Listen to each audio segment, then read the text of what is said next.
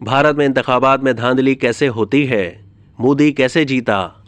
ये तो सबको पता है कि दुनिया का सबसे बड़ा इलेक्शन भारत में होता है और वहाँ इलेक्ट्रॉनिक वोटिंग सिस्टम की वजह से कोई सियासी पार्टी इंतखाबी नताइज पर उंगली नहीं उठाती। लेकिन इससे यह साबित नहीं होता कि वहाँ इलेक्शन के दौरान धांधली नहीं की जाती या फिर इलेक्शन धांधली से मुकम्मल तौर पर पाक होते हैं। दरअसल भारत में किसी और तरीके से धांधली की जाती है।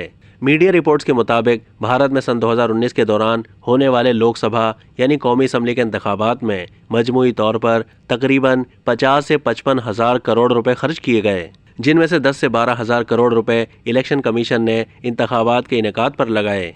इसके अलावा 20 से 25 हजार करोड़ रुपए सियासी जमातों ने अपनी मुहिम और तशहीर की मद में बहा दिए, जिसमें सबसे ज्यादा नरेंद्र मोदी की जमात भारतीय जनता पार्टी ने 45% और कांग्रेस ने 15 से 20% पैसा खर्च किया, जबकि बाकी पैसा दीगर सियासी जमातों ने इस्तेमाल किया।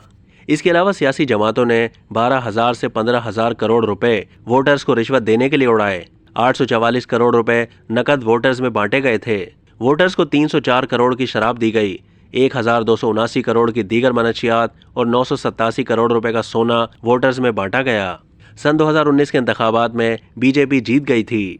अब तक के लिए इतना ही। मजीद मालूमात के लिए डेली जंग के यूट्यूब चैनल को सब्सक्राइब कीजिए।